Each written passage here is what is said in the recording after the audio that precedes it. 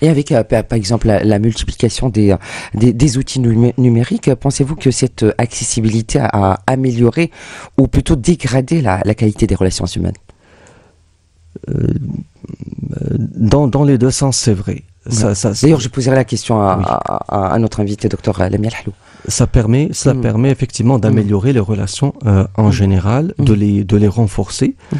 Aujourd'hui, je donne l'exemple d'un enseignant qui ne doit pas attendre peut-être une semaine pour voir ses étudiants, pour discuter de ce qu'il a fait dans le cours, sachant que il va pouvoir le faire grâce à un réseau privé, un réseau réglementé, très bien. Dans lequel sécurisé, dans lequel l'apprenant va sentir la présence de cet enseignant en tant que tuteur, en tant que médiateur. C'est tout à l'avantage de l'apprenant, parce que au moment où il va ressentir une difficulté, il va savoir qu'il pourrait envoyer un message sur une plateforme d'apprentissage et qu'il va recevoir une réponse dans 24 heures, 48 heures et non pas dans une semaine. Et c'est quelque chose de sécurisant et très important dans la vie étudiante. Docteur Hallou.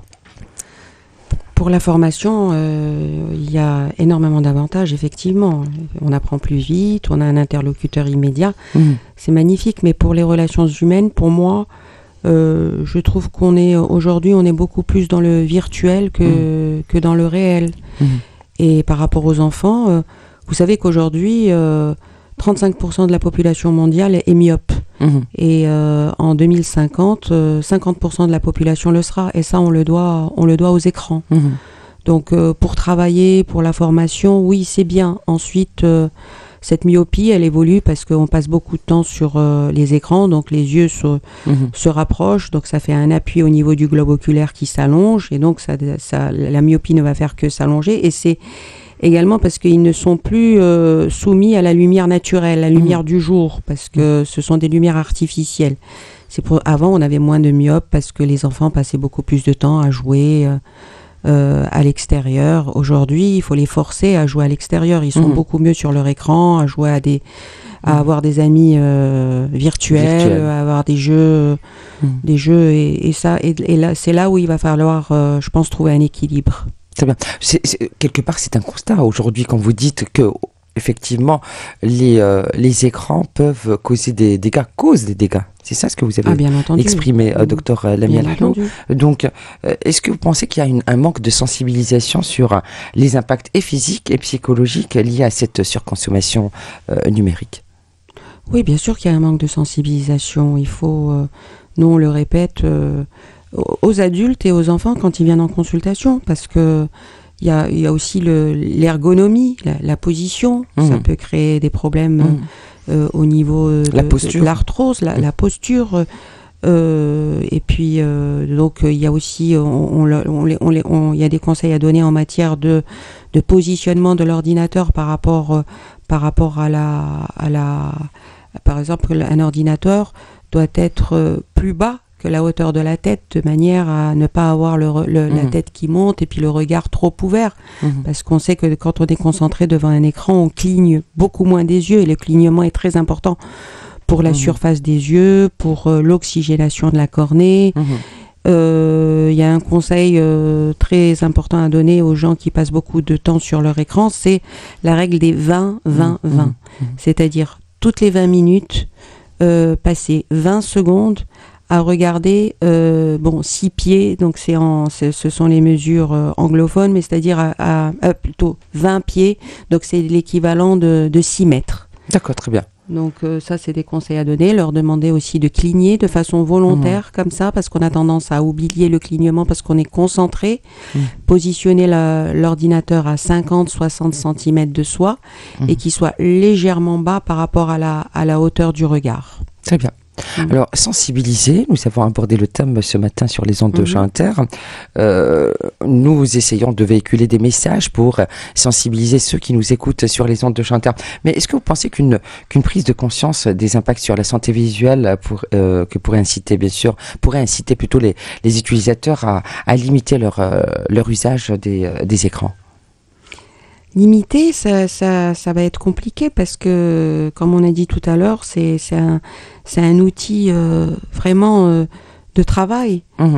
Mais bon, Même le travail, on a le droit de rentrer à la maison et d'arrêter de travailler. Donc on peut, comme ce qui n'est plus le cas. Là, aujourd'hui, justement, on rentre, on continue à regarder nos mails, on continue. Donc il va falloir faire vraiment une scission entre le travail et le côté privé.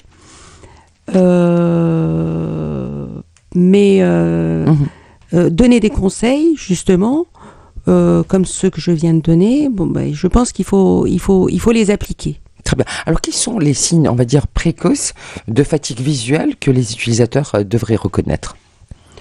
Des maux de tête en fin de journée, une rougeur oculaire, une sensation de sécheresse, des picotements, une fatigue, une envie de dormir. Voilà, principalement ces signes, un brouillard, une baisse de l'acuité visuelle.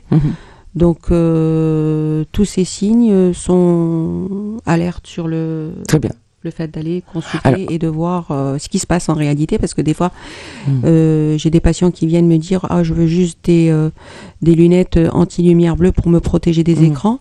Mais en fait, à l'examen, on se rend compte qu'ils ont vraiment besoin d'une petite correction, ne serait-ce qu'un petit astigmatisme ou quelque chose qui va réellement les soulager devant les écrans, en plus de la protection anti-lumière bleue. Alors, mis à part cette règle que vous avez partagée ce matin avec les auditeurs de Chez Inter, Dr Lamia El Hallou, la règle des 20-20-20, alors, quelles sont les pratiques ou quelles pratiques simples recommandez-vous pour prévenir les dommages liés à une exposition prolongée aux écrans ?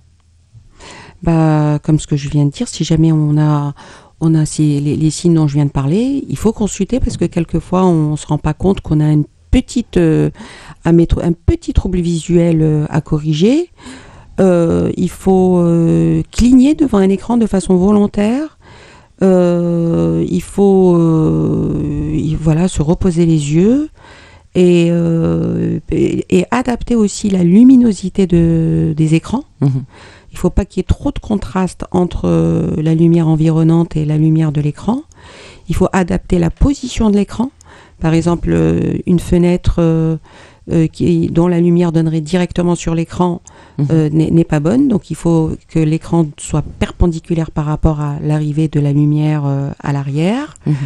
Il faut pas moi ça je le déconseille systématiquement. Il y a beaucoup d'enfants qui, quand ils vont au lit, ils ont leur téléphone à la main, donc là il est absolument déconseillé. Donc c'est un message aux parents qui nous écoutent. Oui, il est déconseillé de regarder. Bon, déjà dans l'absolu, on sait que la lumière bleue va empêcher empêcher l'endormissement.